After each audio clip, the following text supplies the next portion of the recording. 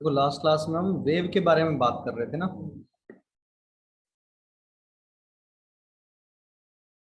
और हम तीन चीजें लिख चुके थे ना।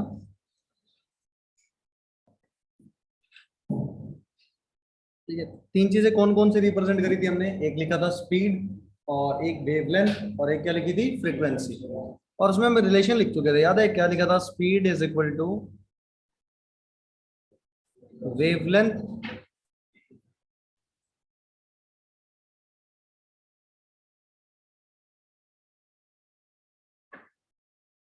मल्टीप्लाइड बाय फ्रीक्वेंसी, ये लिख चुके थे हम।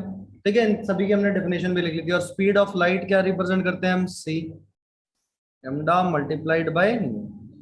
और यूनिट्स के बारे में बताया था कि ये हमेशा किस में रखोगे? मीटर में। फ्रीक्वेंसी किस में? सेकेंड इनवर्स में। और ये सी की वैल्यू तो फिक्स है, कितनी? 3 × 10⁸ और यूनिट क्या होती है इसकी? मीटर पर सेकेंड। तो ये यूज करते हैं ना। तो यहां तक हम ये सारी बातें लिख चुके थे ना, तीन चीजें लिखी थी हमने। अब इसमें जो फोर्थ पॉइंट आएगा वो आएगा इसमें टाइम पीरियड।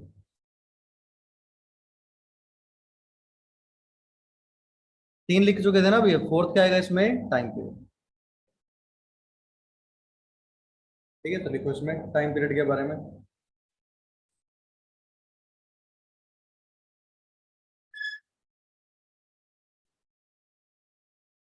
तो टाइम पीरियड क्या चीज होता हुआ? एक साइकिल कंप्लीट करने में जितना पूरा टाइम लगेगा उसको क्या बोल देंगे? Time period. क्या लिखोगे? Time required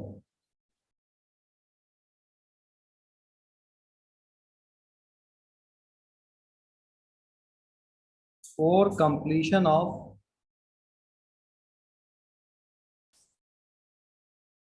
one cycle is called as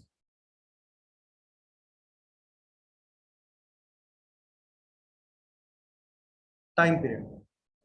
ठीक है, तो टाइम पीरियड होता क्या है? 1/फ्रीक्वेंसी। देखो फ्रीक्वेंसी क्या चीज थी? एक सेकंड में कितने चक्कर लगा रहा है वो, कितनी साइकिल्स कर रहा है। तो अगर मेरे को नंबर ऑफ साइकिल्स निकालनी है तो वन को किससे डिवाइड कर दो? फ्रीक्वेंसी से। तो वो क्या बता देगा? Number of cycle. ये वेव नहीं, टाइम पीरियड। हाँ, वेव कही।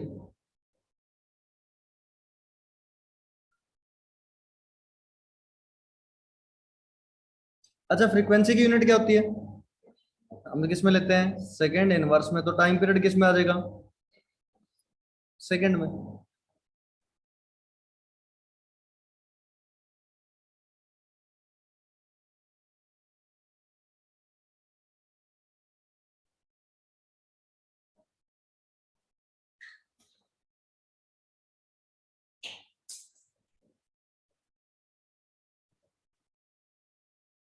ठीक है, एक टर्म इसमें होता है क्या? Wave number.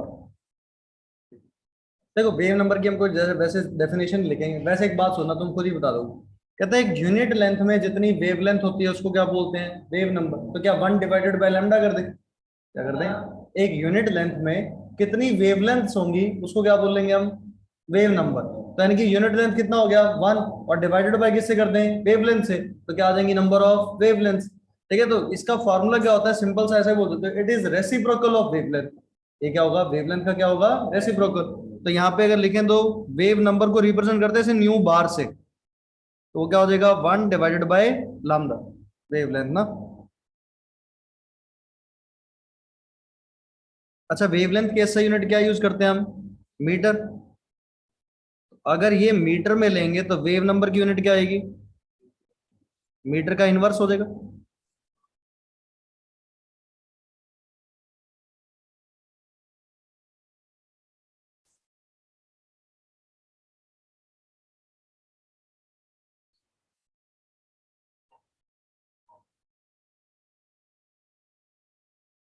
है ना? अब इन फॉर्मूलाज पे क्या करते हैं? क्वेश्चन करते हैं ना। तो सारी क्या क्या रिलेशन पता चल गया तुम्हें? एक तो स्पीड इज इक्वल टू क्या चीज हो गया? Wavelength multiplied by frequency. Time period is 1/फ्रीक्वेंसी। Wave number is 1/λ। तो इसी पे अब क्वेश्चन पूछे जाएंगे ना। क्या कह रहे हैं? फ्रीक्वेंसी वेव की नहीं निकाल पाते हम, सर्कुलर मोशन में तो निकाल पाएंगे। आगे पढ़ेंगे, अगर कोई चीज सर्कल में घूम रही है तो हम इजीली क्या निकाल सकते हैं? फ्रीक्वेंसी निकाल सकते हैं। एक सेकंड रुकना। एनसीईआरटी का ही क्वेश्चन करेंगे ना।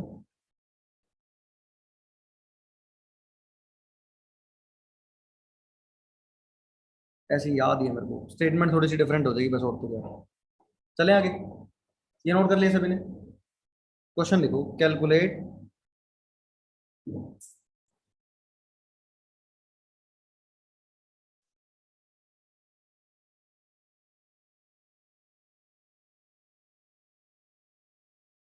Wavelength, frequency and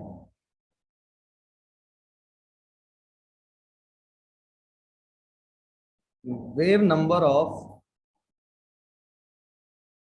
light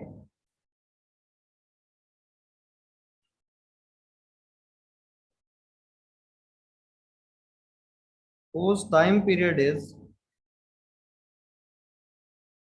2 into 10 to the power minus of 10 second। Wavelength निकालनी है, फ्रीक्वेंसी निकालना है और वेव नंबर निकालना है लाइट का। जिस लाइट का टाइम पीरियड कितना है, 2 into 10 to the power minus of 10 second. ये एनसीईआरटी का क्वेश्चन है।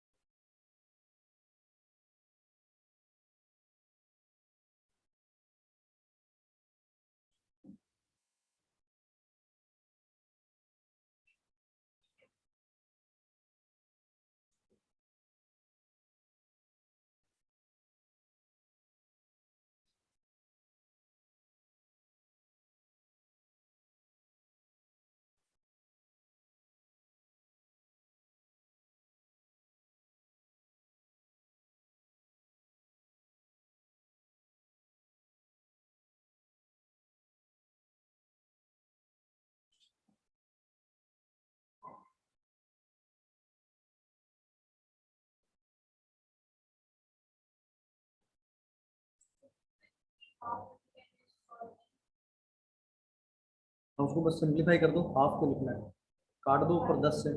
5 इंटू 10 टू द पावर 9। हमेशा यूनिट जरूर स्पेसिफाई करनी, किस यूनिट में निकाल रहे हो ना।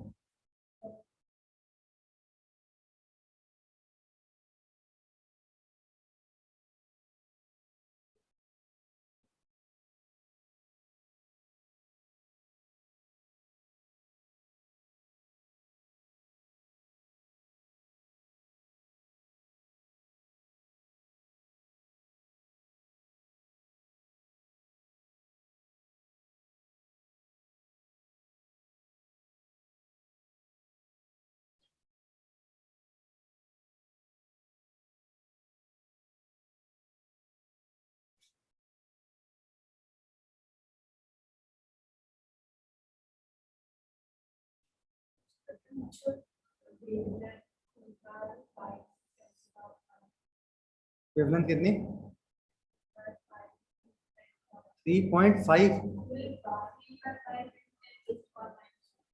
3/5 इंटू 10, तो उसको 3/5 का सॉल्व कर दो, उसको 3/5 क्या बन रहा, 0.6 या 0.06। देखो 0.06 बनता हो क्या आपका,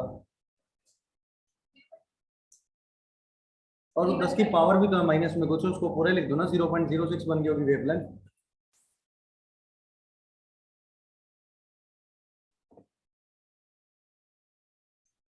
टाइम पीरियड कितना गिवन है,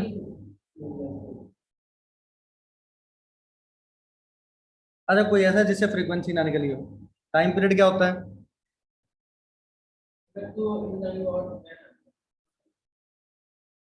पहले चेक करो ये सही है। 1/फ्रीक्वेंसी, तो फ्रीक्वेंसी क्या हो जाएगा, 1/टाइम पीरियड।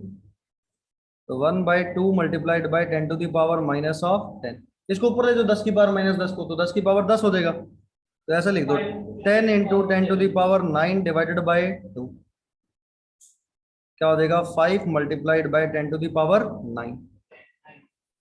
और किस में आएगा, यूनिट क्या होगी इसकी, सेकेंड इनवर्स। इससे अब आगे वेवलेंथ निकालो।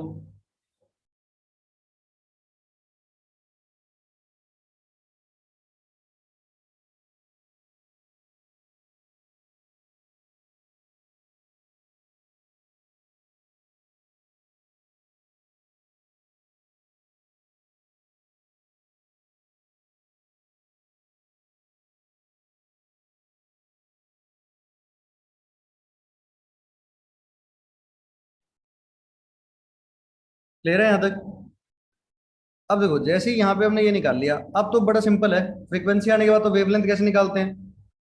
Speed is equal to frequency multiplied by wavelength. Speed क्या है? 3 × 10⁸ फ्रीक्वेंसी क्या है? 5 × 10⁹ मल्टीप्लाइड बाय लैम्डा। क्या बन गया वो? ये 3 × 10⁸ डिवाइडेड बाय 5 × 10⁹ 9। ये कितना बन रहा है? 0.06।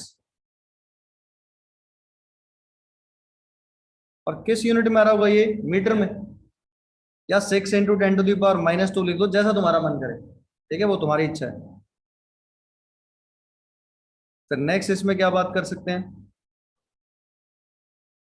क्या निकालना है? Wave number. Wave number is 1/λ। तो कितना बन गया? 1/0.06। तो क्या 100/6 हो गया? तो कितना बन गया? 16.66 हो गया क्या? और किस में आ जाएगा? मीटर इनवर्स में। क्या चेक करो, बेसिक सा क्वेश्चन था क्या? यहाँ पे तो टफ कैलकुलेशन भी नहीं थी। क्या कोई टफ कैलकुलेशन थी क्या? नहीं थी। अब ऐसा भी दे सकता है कि बढ़िया कैलकुलेशन भी दे रहे हैं, तुम्हारा डिवाइड चेक कर लेते हैं ना। अब ये डेसिमल में कई बार होता है, हमसे कोई चीज दे देगा ना, जैसे हम ये सॉल्व भी नहीं करना चाहते, ऐसे नोटेट लिखना नहीं चाहते, 5 × 10⁻⁹ ठीक है, क्या आंसर अगर पूछेगा फ्रीक्वेंसी क्या देंगे? 1/2 × 10⁻⁻। ये कोई नोटेशन थोड़ना है। नोटेशन तो क्या होगा? उसको सिंप्लीफाई करके लिखना। सिंप्लीफाई करके कैसे लिखोगे? 5 × 10⁻⁹ तो हमेशा जब भी आंसर लिखोगे तो सिंप्लीफाई करके लिखना होता है ना। एक और क्वेश्चन करते हैं जिसमें थोड़ा सा कुछ अच्छा सा कैलकुलेशंस भी हो ना, तो मैं एक आधा डिवाइड डिवाइड करो। एक और लिखो, फिर अगले टॉपिक पे चलेंगे ना।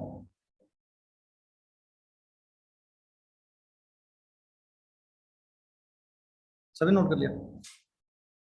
सॉल्व करना है इसको।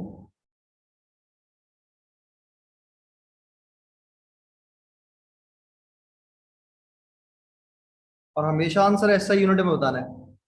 Calculate wave number and frequency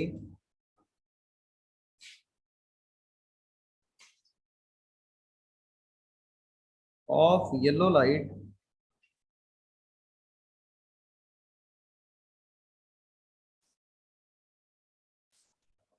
having wavelength 5800 angstrom.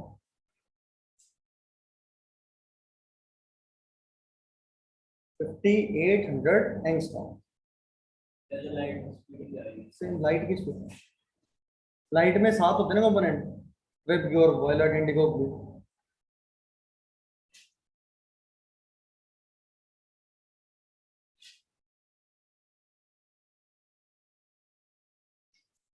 Same, ये वेवलेंथ गिवन है, वेव नंबर निकालना है 1/λ।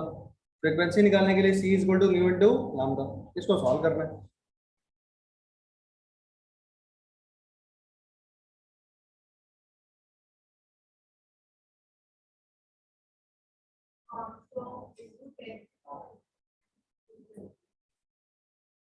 Wave number.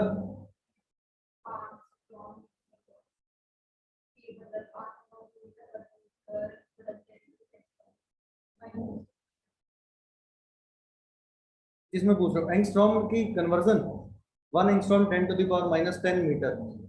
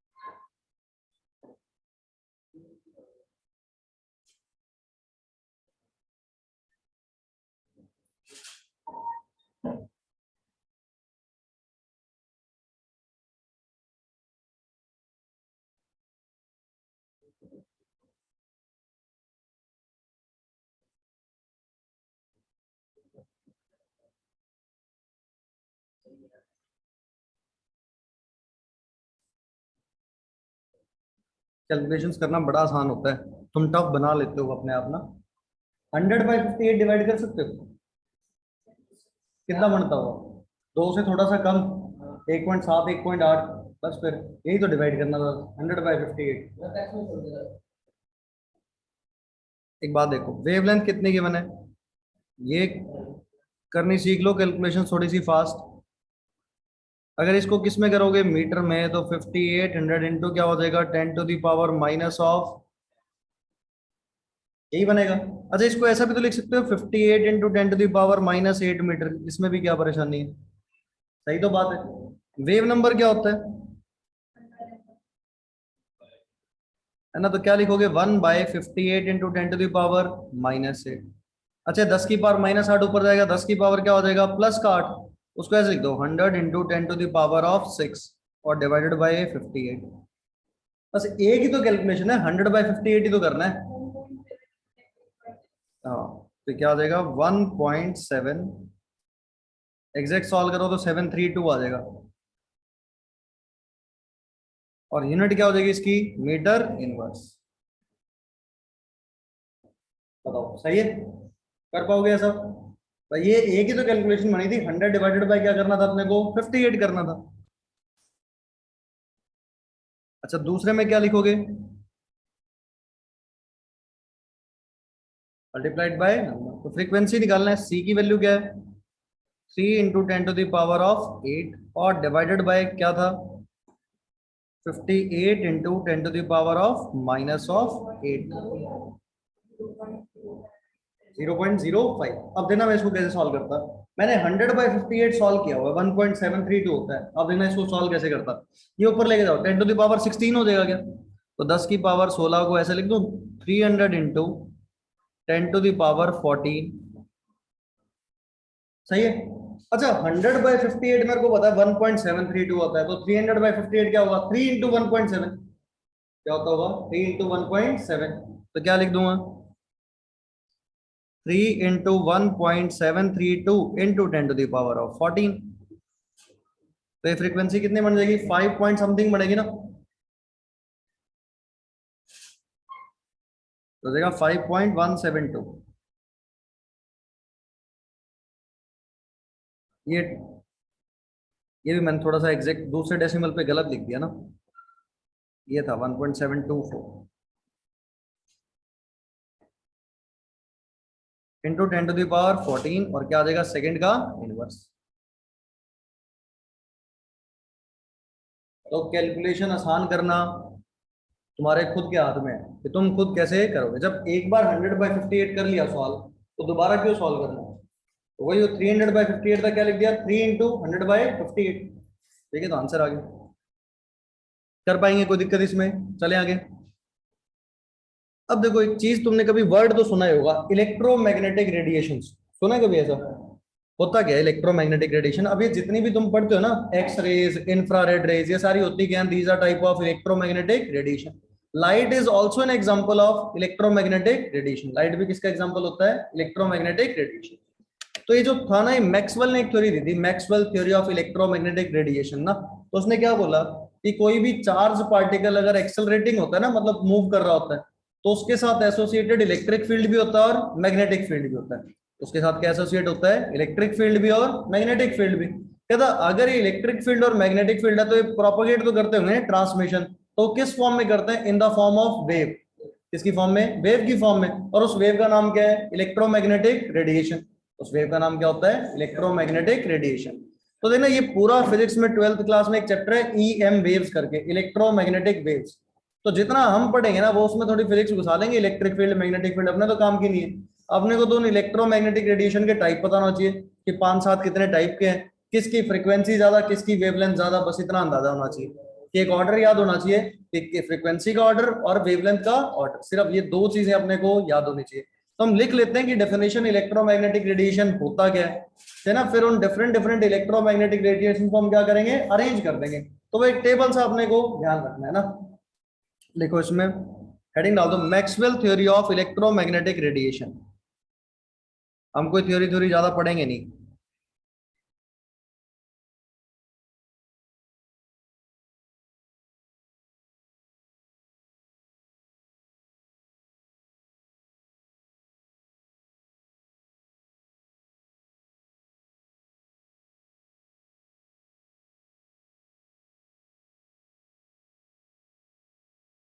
Maxwell theory of electromagnetic radiation.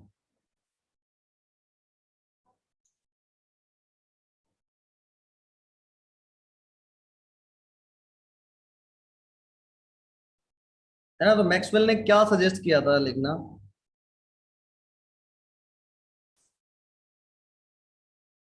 He suggested that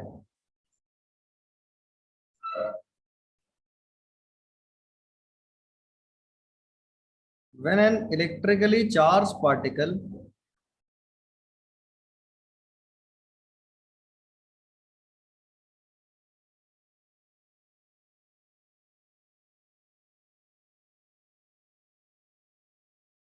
moves under acceleration,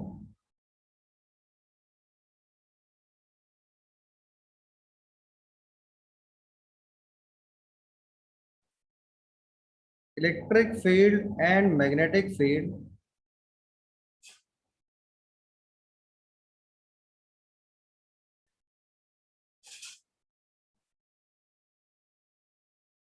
are produced and transmitted। Transmitted का मतलब आगे जा रहा होगा ना। तो वो जो ट्रांसमिशन होता है ना, वो किसकी फॉर्म में होता है? In the form of wave, क्योंकि वेव भी क्या चीज होता है? मोड ऑफ ट्रांसमिशन, ये किसी चीज को फॉरवर्ड कराना, मूव कराना। कहता दीज फील्ड्स आर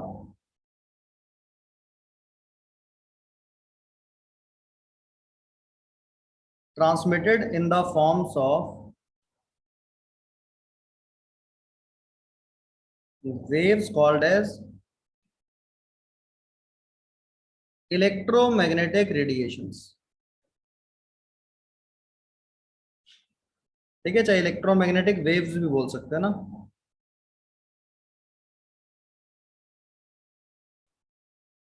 और इलेक्ट्रोमैग्नेटिक रेडिएशंस, दोनों में से कुछ भी बोलो ना।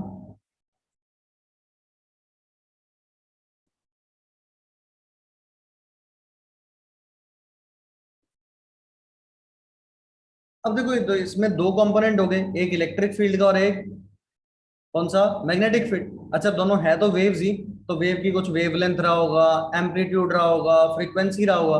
कहता दोनों का सब कुछ क्या होता है? सेम। सिर्फ मोड ऑफ प्रोपगेशन डिफरेंट होता है ना। कैसे?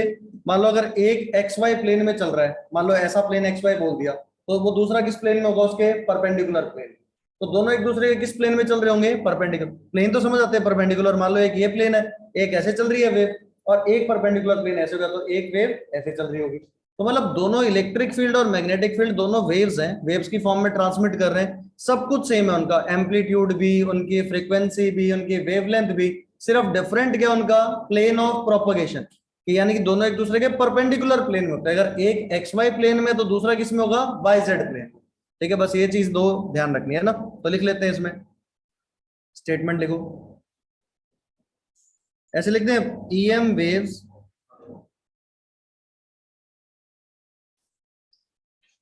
Has two components. दो कंपोनेंट्स है, that is electric field and magnetic field.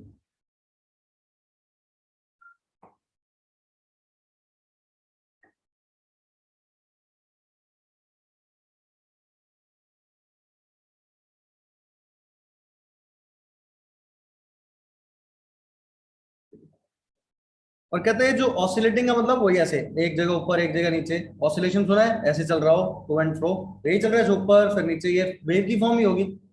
कहता है the oscillating electric field and magnetic field produced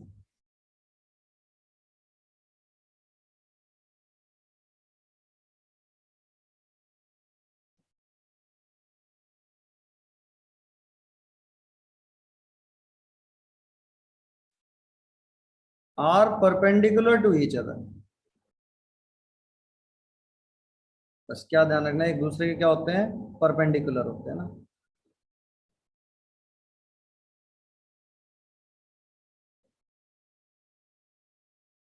अच्छा, साउंड वेव्स को ट्रेवल करने के लिए क्या चाहिए, मीडियम। पर इनको कोई मीडियम की रिक्वायरमेंट नहीं है, इलेक्ट्रोमैग्नेटिक वेव्स बिना किसी मीडियम के चलेंगी ना, तो वो लिखने की जरूरत नहीं है। बस वैसे तुमने सुना होगा साउंड वेव्स के बारे में, तो सुना होगा छोटी क्लास में कभी फिजिक्स में। अब तो सिर्फ क्या एक एग्जाम एक लिख देते हैं, light is an example of electromagnetic radiation.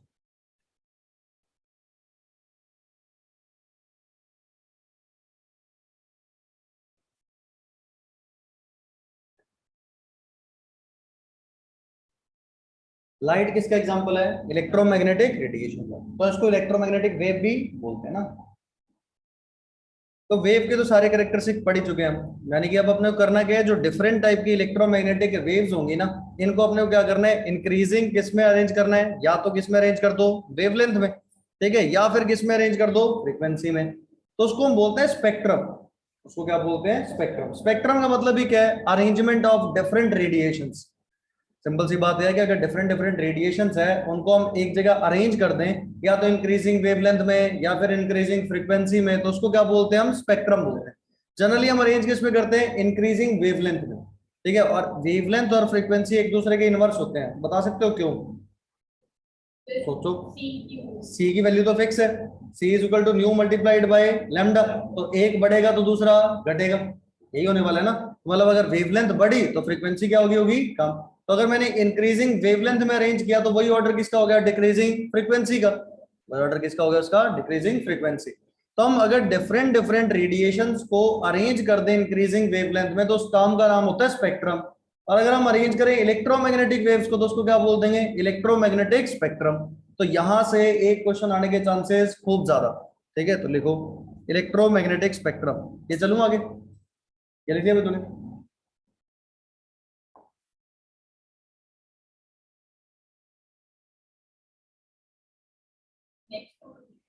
हाँ, इसी में मतलब आगे, अब इन सभी को अरेंज तो करें।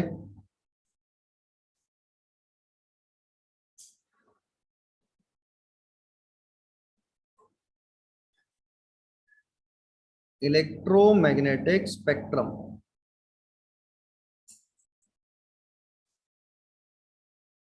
क्या एक काम कर लें, ऐसे ही स्पेक्ट्रम के नीचे ऐसे करके अंडरलाइन, और यहीं लिख देते हैं ऐसे, स्पेक्ट्रम के बारे में ना। तो क्या लिखेंगे,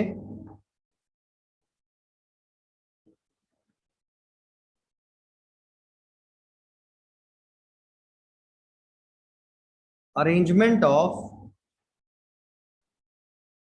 different radiations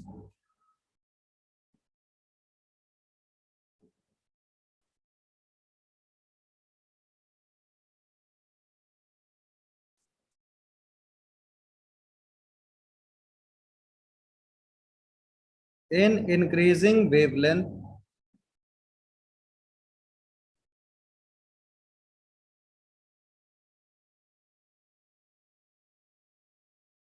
or decreasing frequency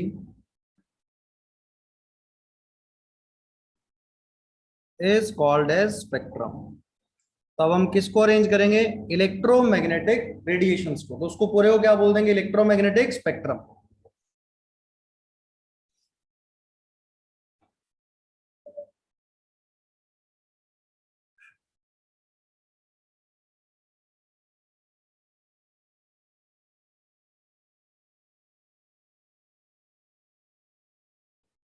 Sidhi line है क्या,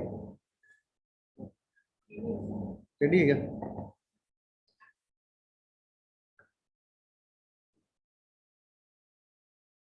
सीधी लाइन नहीं बन रही, चलो जैसी बनी बहुत है।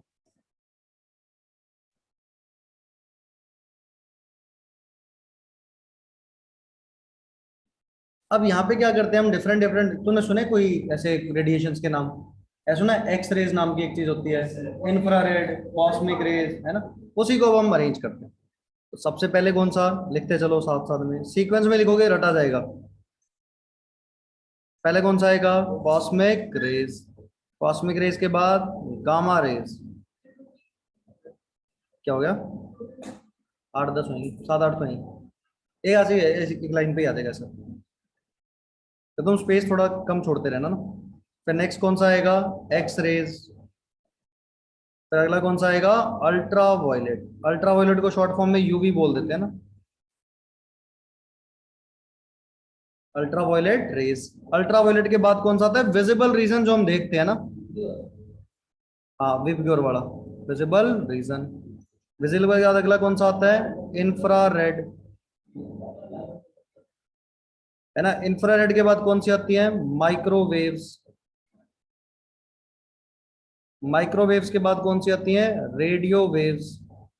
अच्छा, रेडियो वेव्स दो सुनिए तुमने, एक होती है एफएम, एक होता है एएम। एफएम और एएम। और सबसे लास्ट में आती है लॉन्ग रेंज रेडियो वेव्स।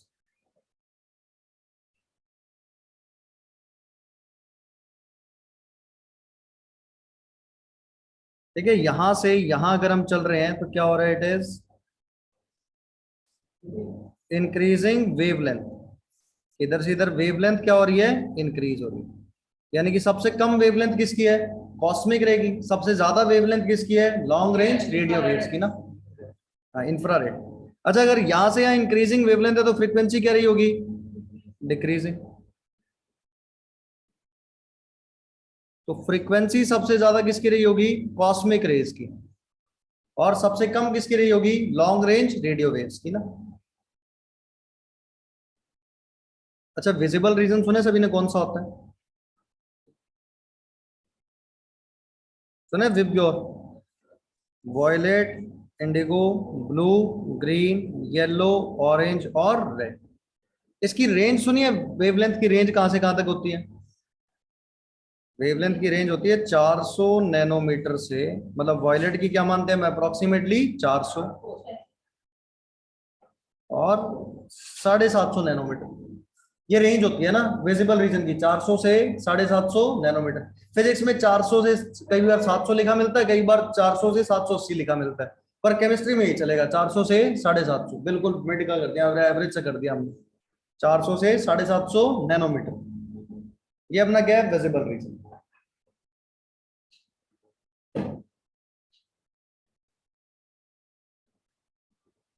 देखो यहाँ पे जो इंपॉर्टेंट है वो कौन सी है? Gamma rays, X rays, ultra violet, infrared, microwaves. ठीक है, इनके ना कई बार ये पूछ लेता है फ्रीक्वेंसी की रेंज क्या है, वेवलेंथ की रेंज क्या है। तो एक जनरल सा आइडिया लिख लेंगे, पूरा रटा हो ऐसा कोई जरूरी नहीं है, पूरा रटने की भी जरूरत नहीं है, सिर्फ देखा देखा हो ना। अगर लॉन्ग रेंज रेडियो वेव्स,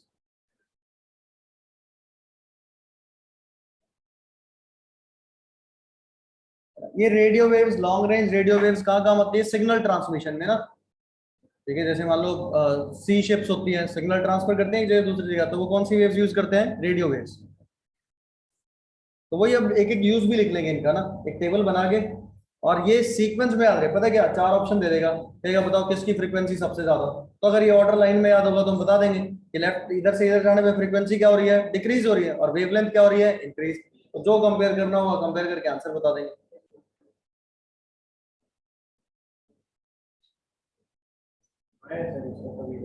हाँ,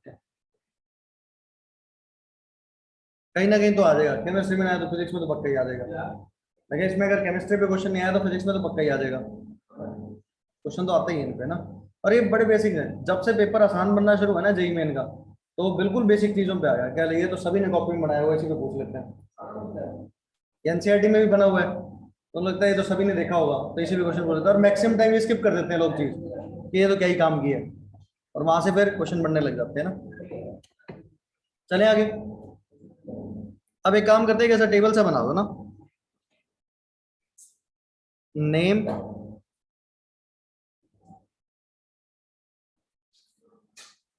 जो पांच छह काम की है ना, सिर्फ उन्हीं के बारे में लिख देंगे। फ्रीक्वेंसी की रेंज, जहां से क्वेश्चन पूछता है ना।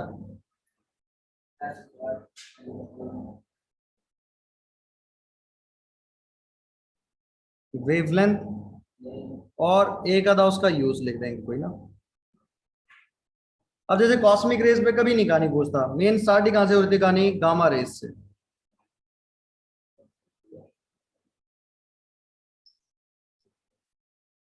ठीक है, अच्छा, गामा रेज की अगर फ्रीक्वेंसी की रेंज लिखे ना, ये फ्रीक्वेंसी हर्ट्ज में होने वाली है, तो होती है 10 की पावर 20 से 10 की पावर 21 की रेंज में। इस रेंज में क्या होती है फ्रीक्वेंसी, वेवलेंथ मीटर में,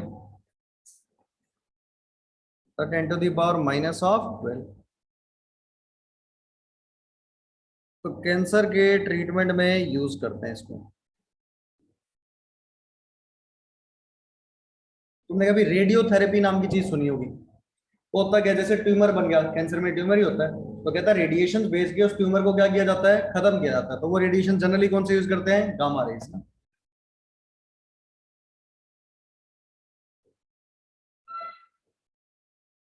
फिर नेक्स्ट एक्सरेज,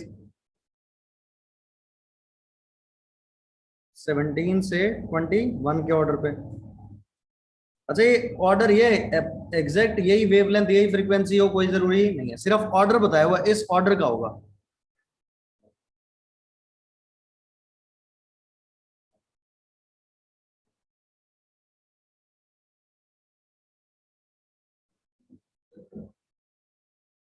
मटेरियल टेस्टिंग में काम आता है। अभी बताओ, तो मेडिकल स्कैनिंग में काम आता है। मेडिकल स्कैनिंग का मतलब क्या होता है, वो पिक्चर बना देता है ना, एक्सरे कराते हैं जैसे पिक्चर, हाँ। तो मटेरियल टेस्टिंग में क्या काम आता है देखना, जैसे सॉलिड बनते हैं, सॉलिड के अंदर उसकी शेप पता करनी है क्रिस्टल की कैसी है, तो उसके लिए क्या यूज करते हैं, एक्सरेज यूज करते हैं ना। तो ऑप्टिक्स नाम का एक चैप्टर आएगा, वहां तुम पढ़ोगे एक्सरे डाइफ्रैक्शन। ठीक है, तो वो कहाँ यूज होता है, जब हम क्या करते हैं, किसी भी सॉलिड का स्ट्रक्चर आइडेंटिफाई करना हो ना, कि कहाँ कहाँ पे एटम प्रेजेंट है, कहाँ कहाँ पे एटम प्रेजेंट नहीं है, तो उसके लिए क्या यूज करते हैं हम, एक्सरेज को। तो एक्सरे का दो यूज है, एक तो क्या मेडिकल स्कैनिंग में, और एक मटेरियल की टेस्टिंग में, कि कैसे हम सॉलिड का स्ट्रक्चर आइडेंटिफाई करें ना, तो उसमें यूज करते हैं इसको।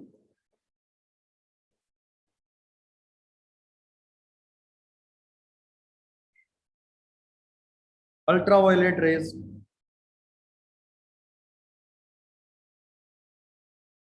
15 से 16, 10 की पावर -7।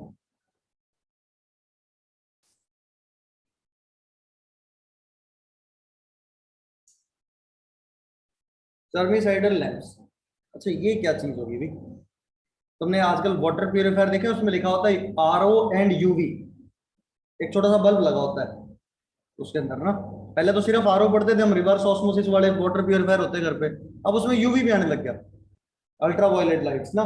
तो वो एक बल्ब सा लगा होता है, वो यही होता है जर्मिसाइडल लैंप ना। वो होता क्या है, सिंपल सा, वो अल्ट्रा वायलेट रेज भेजता है। अब इनकी खूब ज्यादा एनर्जी रही होगी, तो वो क्या करते हैं, जो भी माइक्रो ऑर्गेनिज्म, बैक्टीरिया या कोई चीज पानी प्रेजेंट है, उसको क्या कर देता है, किल कर देता है, उसको क्या करता है, मार देता है ना। तो प्योर वाटर क्या हो गया, प्योर हो गया। तो जर्मिसाइडल का मतलब किसी भी जर्म या फिर बैक्टीरिया को किल करना, साइडल का मतलब होता है मारना। और लैंप क्या है, मतलब उस लैंप से क्या निकल रही होंगी, अल्ट्रा वायलेट रेस। ठीक है, तो देखना, तुम देखोगे ना, ये RO की जो एड्स आती हैं आजकल, उसमें लिखा होता है यूवी, UV+RO। हाँ, वो उसके अंदर वो छोटा सा बल्ब भी होता है ना उसके अंदर, तो वो क्या होता है, ये जर्मिसाइडल लैंप भी होता है ना।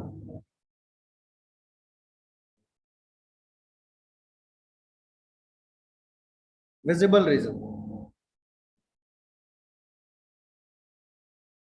10 की पावर 13 से 14 तक, 10 की पावर -6। अच्छा, विजिबल रीजन का क्या काम होता है, लाइट देखते हैं जो हम, वो विजिबल ही है।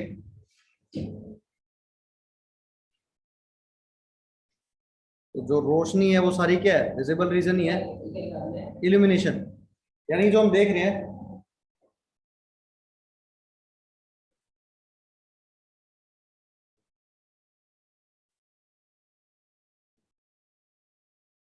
इंफ्रारेड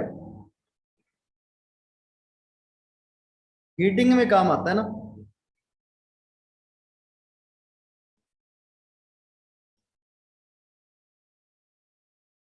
अगर किसी चीज को हीट करना, तो अगर उस पर इंफ्रारेड रेडिएशन भेजेंगे, तो वो क्या करेगा, अपनी एनर्जी उसको दे देगा, तो गर्म हो जाएगी चीज। ऐसे माइक्रोवेव भी वही होते हैं, कुकिंग में काम आती है जो, बाहर थोड़ा ना निकलते। इनकी पेनेट्रेटिंग पावर तो होती है, हार्मफुल तो है ही बॉडी के लिए।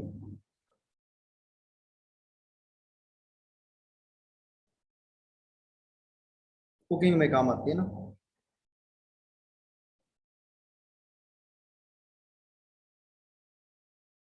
Last radio waves.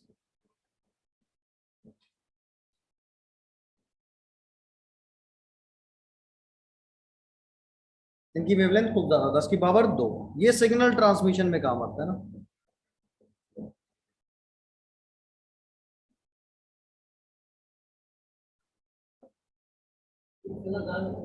अरे एक जगह दूसरे सिग्नल भेजते हैं जो रेडियो पे बात नहीं करते लोग, और जैसे सी के अंदर या कहीं और, तो वहाँ सिग्नल ट्रांसमिशन में कौन सा होता है, रेडियो फ्रीक्वेंसी अगर मैच कर देगी दोनों की तो फिर दोनों एक फ्रीक्वेंसी पे आ जाएंगे, बात कर सकते हैं। रेडियो वेव और लॉन्ग रेंज वेव एक ही है। रेडियो वेव तो कभी तब कंबाइन करके लिख दिया ना, उनकी वेवलेंथ और ज्यादा होती है जो लॉन्ग रेंज रेडियो वेव्स होती हैं।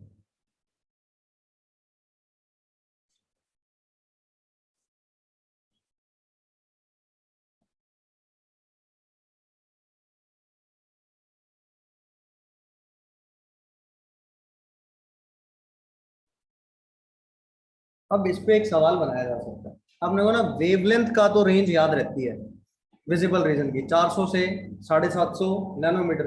वो कहीं पर कहता है फ्रीक्वेंसी की रेंज बताओ, इसकी रेंज क्या देगा, फ्रीक्वेंसी। तो अगर अपने को क्या फ्रीक्वेंसी निकालनी हो तो C is equal to nu multiplied by lambda. क्या अपने को वेवलेंथ पता है, सी पता है, क्या फ्रीक्वेंसी आ जाएगी, तो वो निकालना है अब अपने खुद ना। ये नोट करो एक बार, फिर क्वेश्चन बना के लिख देंगे, तो वो याद भी रखना है टर्म ना। जैसे वेवलेंथ की रेंज तो याद होगी 400 से 750 नैनोमीटर, फ्रीक्वेंसी निकाली जा सकती है, याद कर देंगे तो बहुत अच्छी बात है।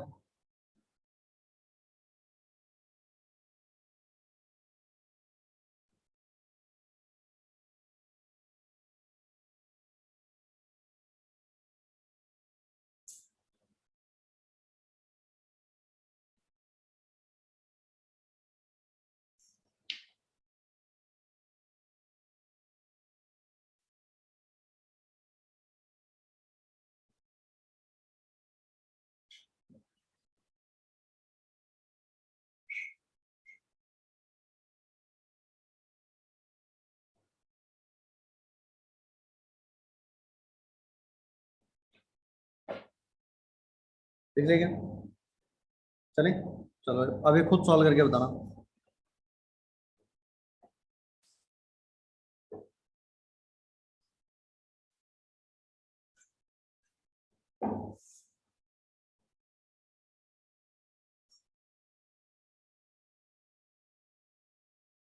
कैलकुलेट फ्रीक्वेंसी रेंज ऑफ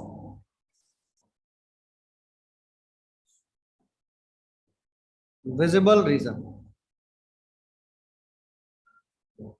कि विजिबल रीजन की फ्रीक्वेंसी की रेंज बताओ।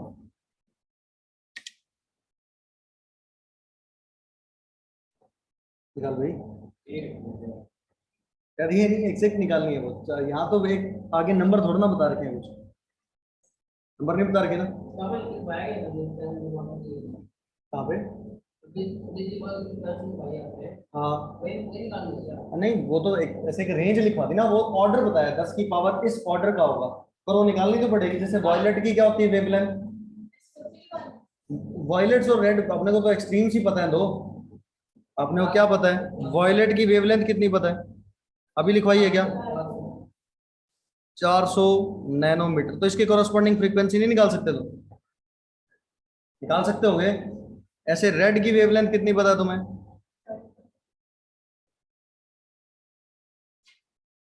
तो इनके दोनों के कॉरस्पॉन्डिंग फ्रीक्वेंसी निकाल लो, वो रेंज हो जाएगी और वो याद कर देंगे। -9।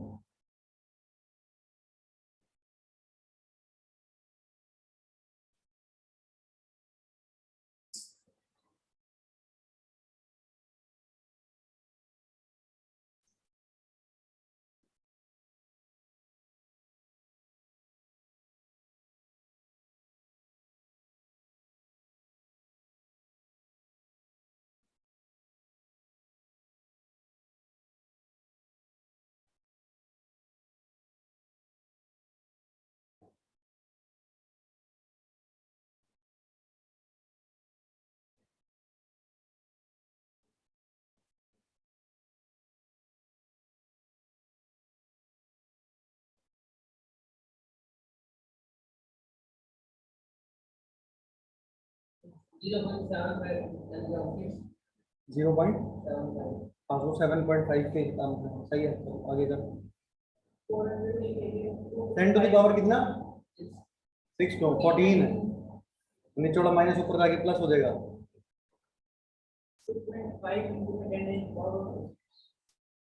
तुम डेस पावर के साथ क्या कर रहे हो कि नैनोमीटर को तुम चेंज कर रहे हो मीटर में या नहीं कर रहे? नैनोमीटर को भी तो मीटर में करना पड़ेगा, तूने नहीं करा हुआ, सीधा नैनोमीटर चिपका दिया। हाँ तो चेंज करना पड़ेगा, मीटर में रखेंगे। अभी आज ही लिखवाया सी इज इक्वल टू क्या था, पहली स्लाइड देखो एक बार, आज लिखवा क्या था, लैम्डा किस में रखना है, C is equal to lambda into nu, metre में, मीटर में रखो ना फिर उसको, फिर क्यों नैनोमीटर में रख रहे हो?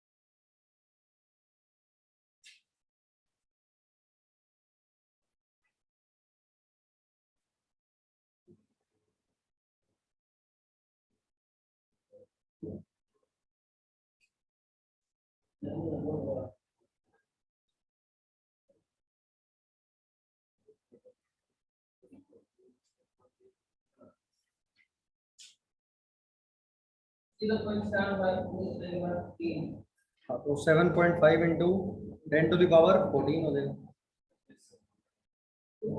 ये किसकी आ रही है, वायलेट की या रेड की? डायरेक्ट लिख दूं, क्या बता रहे हो, 7.5 into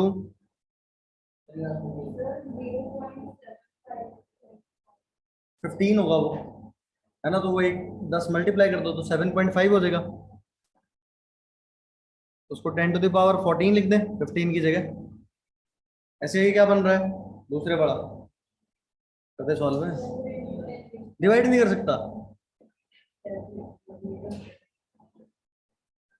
4 into 10 to the power 14, तेरे को चेंज करना नहीं आ रहा, अगर ये 400 नैनोमीटर है तो मीटर में क्या होगा, 400 into 10 to the power -9 metre.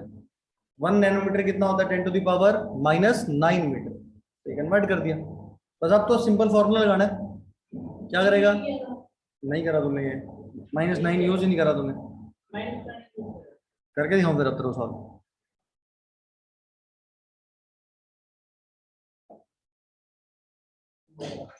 ये करा तूने, तो ये ऊपर लेके जाएगा तभी कितना बन जाएगा, 17। ठीक है, तो रेंज याद रख लोगे, ये क्या बनेगी, 4 into 10 to the power 14 hertz to 7.5 into 10 to the power 14 hertz. 0.4 into 10 to the power 15, तो उसको वो 0.4 ना लिख के क्या लिखेंगे, 4 इंटू 10 टू द पावर 14।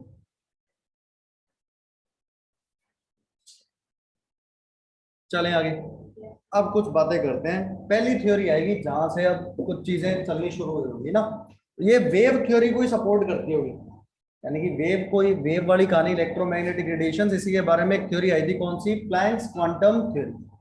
कौन सी आई थी, प्लैंक्स क्वांटम थ्योरी ना, तो हेडिंग डालते हैं प्लैंक्स क्वांटम थ्योरी। हाँ, प्लैंक्स कांस्टेंट कहाँ पढ़ा तुमने? अच्छा वो यूनिट डायमेंशन में, क्या था वो? हाँ मतलब कुछ तो पढ़ा हो उसके बारे में, उन्होंने कोई यूनिट यूनिट पढ़ी थी क्या? क्या डायमेंशन थे उसके फिर, निकाले कैसे थे, डायमेंशन निकाला कैसे था?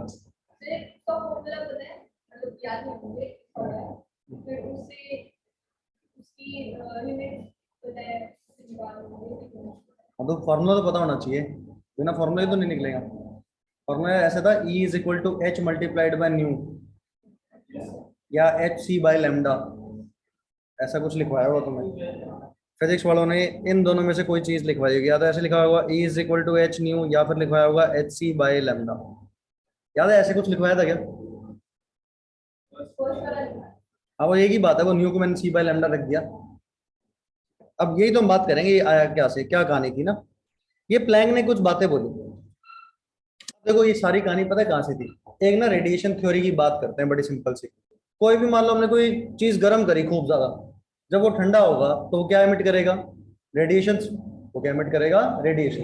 कहते हैं जो रेडिएशन एमिट करता है वो किस फॉर्म में करता है? इन फॉर्म्स ऑफ इलेक्ट्रोमैग्नेटिक रेडिएशन। किस फॉर्म में करता है? In the form of electromagnetic radiation. कहता है ऐसा नहीं है कि वो एनर्जी कॉन्टिन्यूस मैनर में क्या कर रहा है, बाहर निकाल रहा है। कहता है कोई भी सब्सटेंस या तो एनर्जी एब्जॉर्ब करेगा या एमिट करेगा। कहता है वो एमिट करता है स्मॉल पैकेट्स ऑफ एनर्जी की फॉर्म में। इसमें स्मॉल पैकेट ऑफ एनर्जी। उस सबसे स्मॉलेस्ट पैकेट ऑफ एनर्जी का इसने नाम दिया क्वांटम। क्या नाम दिया? क्वांटम या फिर क्वांटा, कुछ भी बोल दो, है ना। और लाइट के केस में उसका नाम बोल दिया फोटो। लाइट के केस में नाम क्या दिया इसका? फोटो। तो वही कहानी थी इसमें किसकी? प्लैंक क्वांटम थ्योरी की। और इसने बोला कि एनर्जी ऑफ क्वांटा किस पे डिपेंड करेगा? It is directly proportional to frequency. कि जो इलेक्ट्रोमैग्नेटिक, जिस फॉर्म में इलेक्ट्रोमैग्नेटिक रेडिएशन में वो एमिट या एब्जॉर्ब कर रहा है, तो उस इलेक्ट्रोमैग्नेटिक रेडिएशन की जो फ्रीक्वेंसी होगी, जितनी ज्यादा फ्रीक्वेंसी उतनी ज्यादा क्या होगी? एनर्जी। तो उसने क्या बोला? Energy is directly proportional to frequency. अच्छा प्रोपोर्शनल हटेगा, कांस्टेंट आएगा क्या? तो क्या E इज इक्वल टू, वो इक्वल टू साइन लगाओगे तो कांस्टेंट क्या आ जाएगा? H। तो वो H क्या होता है? प्लैंक्स कांस्टेंट ना। तो इस प्लैंक ने बोली थी कि कोई भी सब्सटेंस है अगर वो एनर्जी एब्जॉर्ब या एमिट कर रहा है तो वो कॉन्टिन्यूस मैनर में नहीं करता, वो क्या करता है? स्मॉल पैकेट्स की फॉर्म में करता है। उस पैकेट का नाम क्या बोला गया उसने? क्वांटा। क्वांटम बोल दो या फिर क्वांटा। और लाइट के केस में आगे उसने उसको क्या बोल दिया? फोटो। तो ये बातें कर लेते हैं, लिख लेते हैं इसके बारे में। सुनिए ऐसी बात तुमने कभी क्या, कहाँ पे सुनी है? अच्छा स्टार्टिंग में प्लैंक्स क्वांटम, तो इसमें बेसिक बेसिक से फॉर्मूले पे क्वेश्चन आते हैं ना, तो लिखते हैं इसके बारे में बात। चलो फिर दो पॉइंट लिखते हैं। पहला पॉइंट लिखो इसमें, क्या क्या? हाँ। किसको? कंपस के? हाँ। अगर वो तो डिपेंड करेगा उसकी कौन से इलेक्ट्रिक फील्ड, मैग्नेटिक फील्ड कितना प्रोड्यूस कर पा रहा है वो। अगर कोई भी चीज वेग बार निकल रही है इलेक्ट्रोमैग्नेटिक रेडिएशन, तो उसके साथ जो एसोसिएटेड इलेक्ट्रिक फील्ड और मैग्नेटिक फील्ड होगा वो तो उसके मैग्नीट्यूड पे डिपेंड करेगा। ठीक है। इतना तो हम कर ही नहीं पाते, कितना कर लेते हैं हम? ज्यादा ज्यादा 100 डिग्री मेंटेन कर लेते होंगे, और उससे ज्यादा कहीं मेंटेन कर पाते हैं। तो लिखो इसमें, और देखना ये आगे टाइम के साथ साथ बातें गलत होंगी। ये जो सिर्फ वेव वेव मान के चल रहे हैं ना, पहले एक ही थ्योरी मानी, फिर आएगा बोर, वो कहेगा सिर्फ पार्टिकल है, फिर वो आगे कहानी आएगी, फिर इलेक्ट्रॉन को वेव फिर बना देगा। तो टाइम के साथ साथ ये सारी बातें गलत प्रूव होती जाएंगी ना। क्वेश्चन आते हैं, 4 नंबर आते हैं इससे। आपने अपना काम क्या है? 2 साल बाद नंबर 4 लेना एक क्वेश्चन के, तो 4 नंबर तभी आएंगे जब फॉर्मूला पता होगा। ठीक है, लिखो फिर पहला।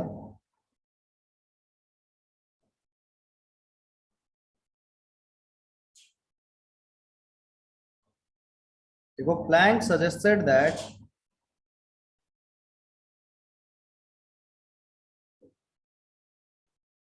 एटम और molecule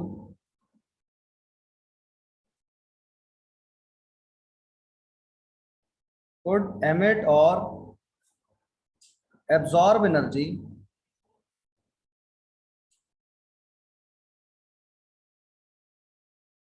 only in discrete quantities। discrete quantity मतलब जैसे स्मॉल पैकेट की फॉर्म में ना।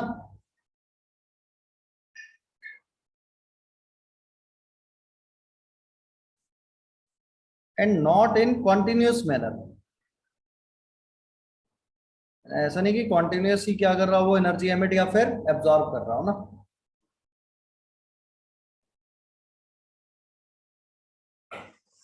ये तो इसने क्या बोला कि सब्सटेंस, मतलब वो सब्सटेंस में एटम और मॉलिक्यूल ना एमिट और absorb energy in form of small packets called as quantum, या क्वांटम भी बोल सकते हो, एक ही बात है ना।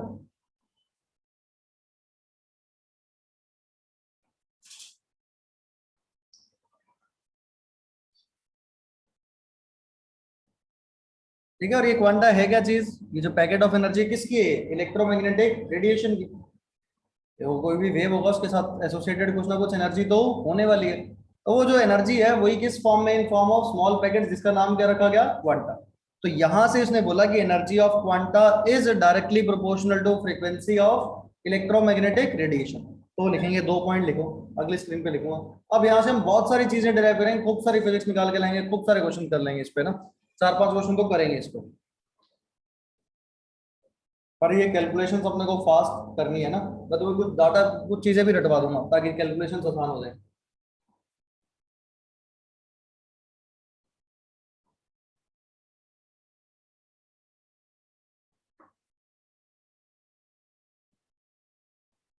क्लियर। अब एक बार सुनना, बाद में एक साथ नोट कर देना चाहिए। इसने यहां से मेन पॉइंट शुरू हुआ, पिछले दो नहीं भी ध्यान रहे हो ना, ये जहां से क्वेश्चन आना है वो ध्यान रहना चाहिए। तो उसने क्या बोला कि energy of quanta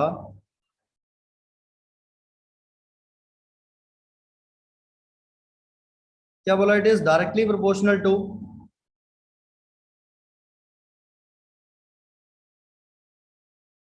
frequency of electromagnetic radiation.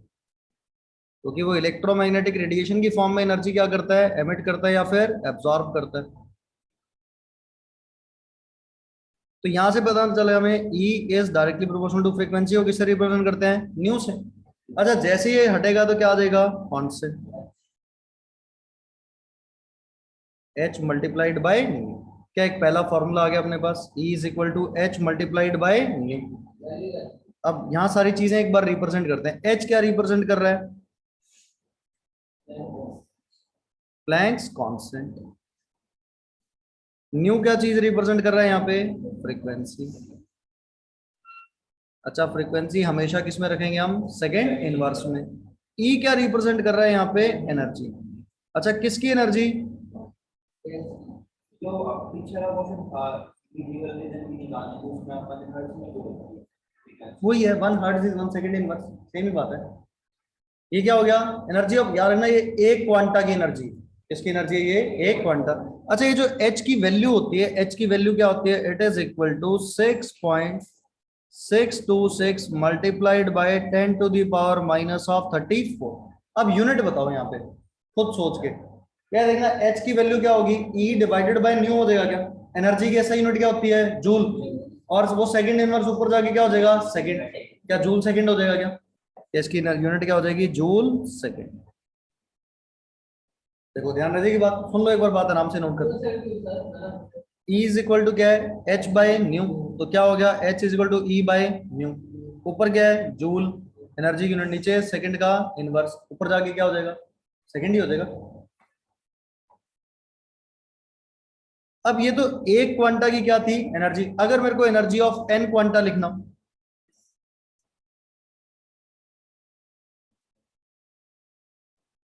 बताओ n क्वांटा की एनर्जी क्या हो जाएगी। अगर एक की क्या चीज है, H इंटू न्यू, तो n की क्या होगी, n इंटू एच न्यू। तो ये क्या टोटल एनर्जी हो जाएगी, E is equal to n multiplied by H into में। चेक करो, कोई परेशानी इसमें, ये किसकी हो गया, एनर्जी किसकी, n क्वांटा की। फिर कहता है लाइट के केस में ना, इसी क्वांटा को, क्योंकि हमने क्या बोला था, light is an example of electromagnetic radiation, तो वो इलेक्ट्रोमैग्नेटिक रेडिएशन लाइट भी हो सकता है। कहता है इन केस ऑफ लाइट,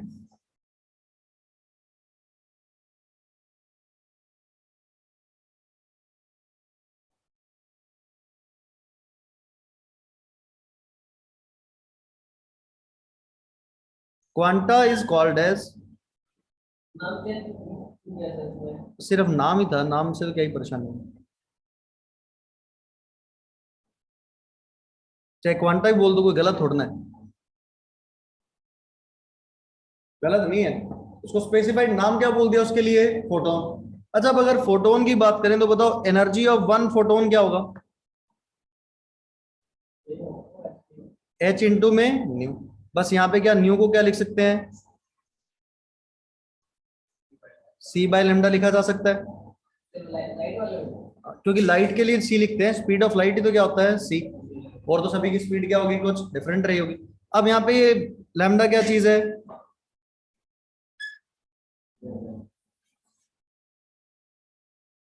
जब इस फॉर्मूले को यूज करोगे तो वेवलेंथ हमेशा किस में रखोगे, मीटर में।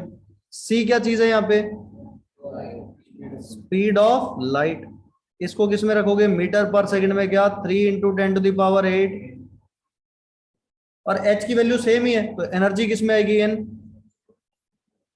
जूल, ये जूल में आने वाला है। और एच की वैल्यू फिक्स ही है, एच की वैल्यू थोड़ा ना चेंज होगी, एच क्या था, × 10⁻⁻34 जूल सेकेंड। ठीक है। अब फिर नेक्स्ट इसमें बात करें, अगर मेरे को ऐसे लिखना पड़ जाए energy of n n photon,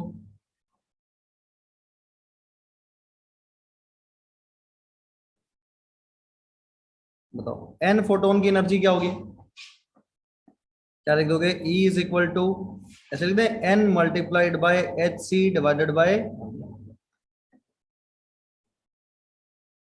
क्या है, टोटल एनर्जी हो जाएगी। क्या होने वाला है, total energy.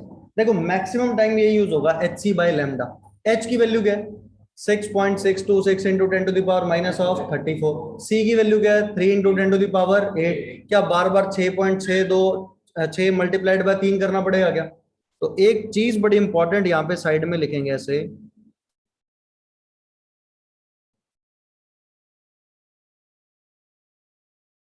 For calculations 6.626 multiplied bye 3, ये होता कितना है, 19 पॉइंट कितना बनेगा, 6 दिए 18 बनेगा ना, 878 बनेगा, एक बार एक कर लो, 6.626 मल्टीप्लाइड बाय 3, 18.878 सही कर देते हैं। पर इसको कभी नहीं यूज करना, कैलकुलेशन के लिए हम क्या यूज करेंगे, इट इज इक्वल टू 20, तो रट जाओगे। 6.626 × 3 क्या लिखना है, 20। अगर 20 लिखेंगे तो कैलकुलेशन थोड़ी क्या हो जाएंगी, आसान, और 10 की पावर तो कर ही लेंगे, -34 और 10 की पावर 8, वो तो सॉल्व हो ही जाएगा। तो ये वैल्यू अपने को हमेशा क्या यूज करनी है, 20। क्या कैलकुलेशन थोड़ी सी और फास्टर होनी शुरू हो जाएंगी ना, लिख लो इसको।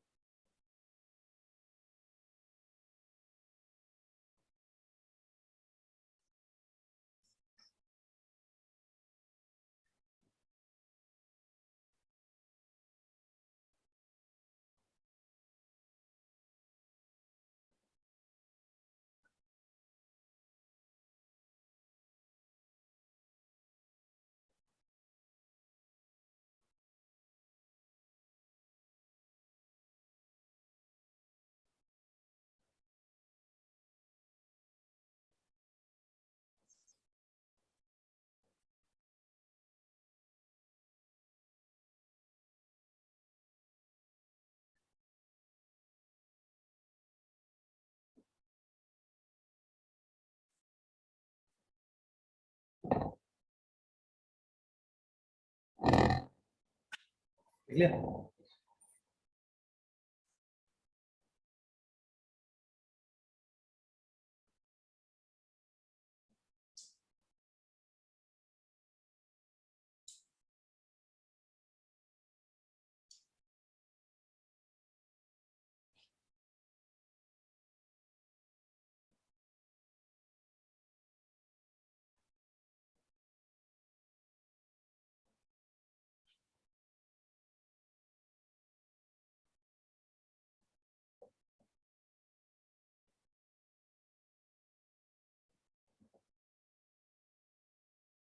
चलें आगे, क्वेश्चन सॉल्व करो।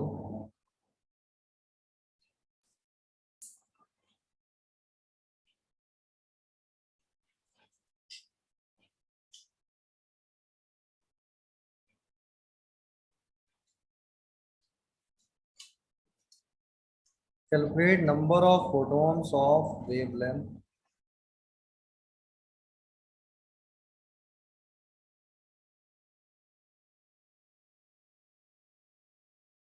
100 nanometre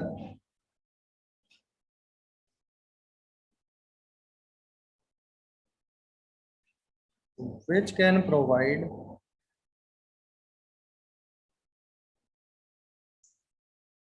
total of 1 kilojoule energy।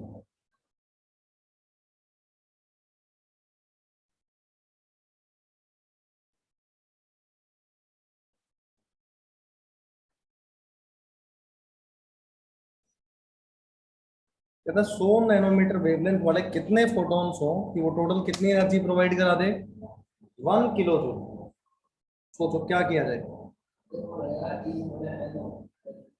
N निकाल लें, कर दो सॉल्व नहीं पड़ेगा, सारे सवाल यही था। फॉर्मूला तो कोई भी लगा देगा, किलो जूल को किस में कन्वर्ट करना था, जूल में। मेरे पास आंसर नहीं, क्वेश्चन क्वेश्चन है -9, तो कह रहा चाहिए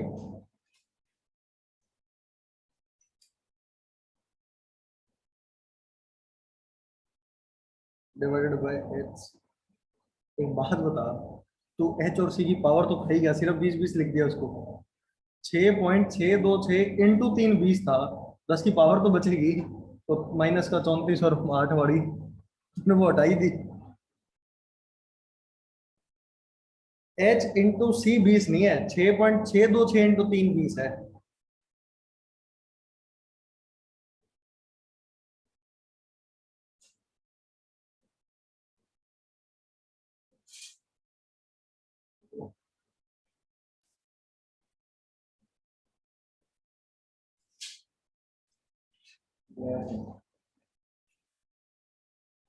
उसको 5 जानना लिख के 5 लिखना, नोटेशन ये साइंटिफिक नोटेशन गलत हो जाती है।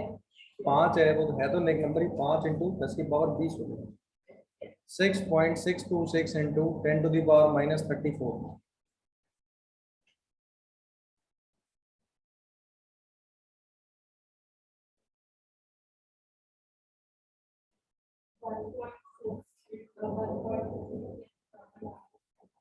वन पॉइंट एन की वैल्यू निकालनी है, 1.6 तो नहीं आना चाहिए।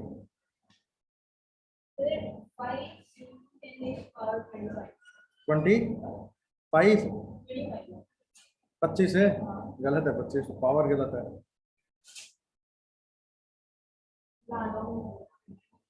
नैनोमीटर को मीटर में करना पड़ेगा। नहीं, पावर कैसे गलत कर सकता है कोई।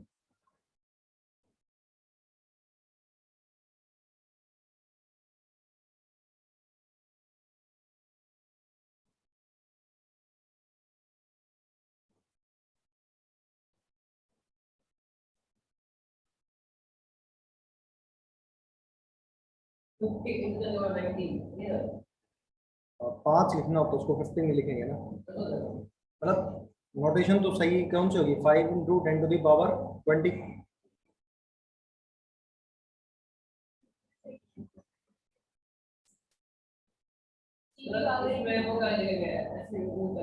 नंबर का क्या नहीं, नंबर ऑफ फोटोन, नंबर ही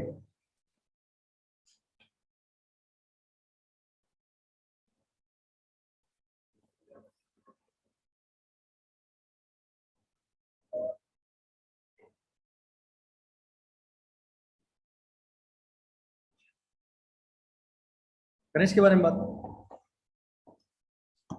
देखो वेवलेंथ कितनी गिवन है, 29 कैसे आ रहा है तुम्हारा ये, नैनोमीटर पहले देखेगा। तूने भी वो सी में 3 लिखा है, सिर्फ 3 × 10⁸ होता है वो, +8 होता है। क्या 100 × 10⁻⁹ मीटर हो गया, कितना बन गया ये, सही है। अब क्या अप्लाई करोगे, E = N × H/c/λ। पहले ना सारी वैल्यूज रख दिया करो। ये क्या है, 1 किलो जूल मतलब कितना जूल हो गया, n की वैल्यू 6.626 × 10⁻⁻34। c कितना था, 3 × 10⁸ डिवाइडेड बाय, जल्दबाजी में हमेशा माइनस मिलते हैं ना, तो देखो क्या होता है यहाँ पे आगे, ये 1000 ही रखो इसको, n टाइम्स ऑफ ये कितना बन गया, 20 लिख दो उसको, और ये क्या होगा 17, ये ऊपर गया 8 और 7 कितना हो गया, 8 7 15 होता है ना। 34 में से 15 गया, कितना बचा, 19 बच गया।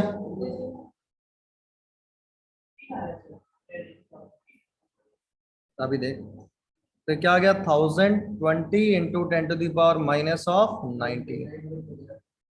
50 पे कैंसिल हो तो 5 × 10⁻, कितना हो जाएगा, 20। सीधा 5 लिख दें।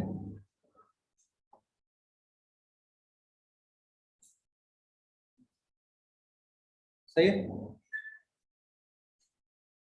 अब एक ऐसा क्वेश्चन है, चिल्लाएगा कोई नहीं, कॉपी पे आंसर लिखेगा, वो आया हुआ क्वेश्चन है एग्जाम, कॉपी पे आंसर लिखना, सीधा आंसर ही है वो, कुछ नहीं है उसमें सॉल्व। हाँ मेन में लिखते हैं, ये नोट कर लिया। देख भाई कैलकुलेशन, कैलकुलेशन देख, तूने क्या क्या लिखा है,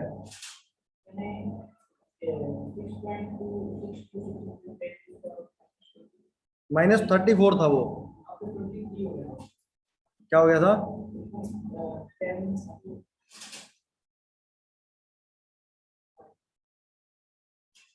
करिए उसको सॉल्व, ये सिंपल कैलकुलेशन है, हो जाएगा। चलो एक अगला क्वेश्चन लिखो, अभी करेंगे डिसाइड एक क्वेश्चन करने के बाद।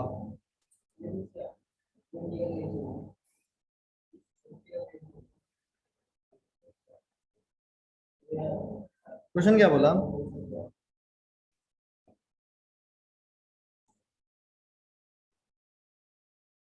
बोला कि calculate ratio of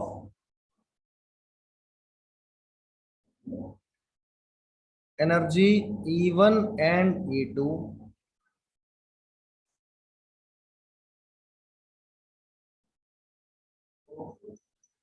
of two different radiations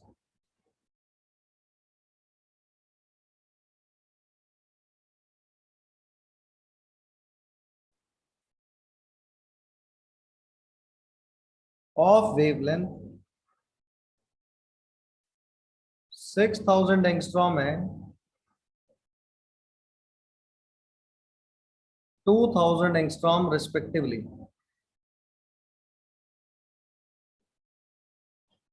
मतलब जिसकी एनर्जी E1 है उसकी वेवलेंथ कितनी है, 6000, और जिसकी एनर्जी E2 है उसकी वेवलेंथ कितनी है, 2000। कह रहा है रेशो निकालना है एनर्जी का।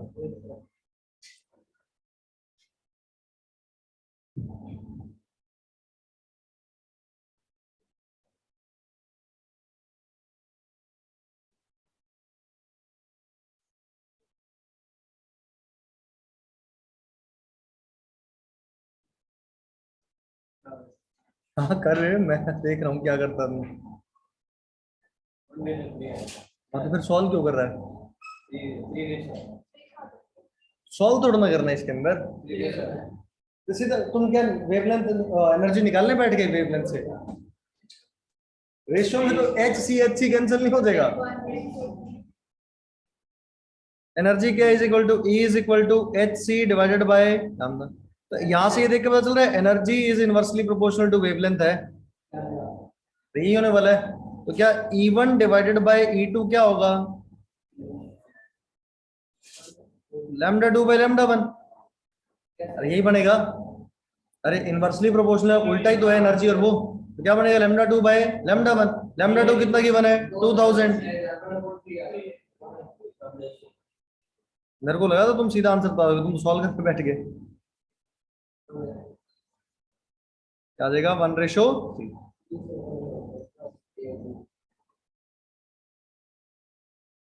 क्या बेसिक सा क्वेश्चन है, काफी टाइम पुरानी बात। अभी भी ऐसे आते हैं दो चार सवाल तो। अभी रिसेंट टाइम में भी जैसे मैंने वॉल्यूम स्ट्रेंथ वाला क्वेश्चन कराया था, वो 2 साल पुराना है। 11.35 वॉल्यूम स्ट्रेंथ है, मोलैरिटी बताओ वन।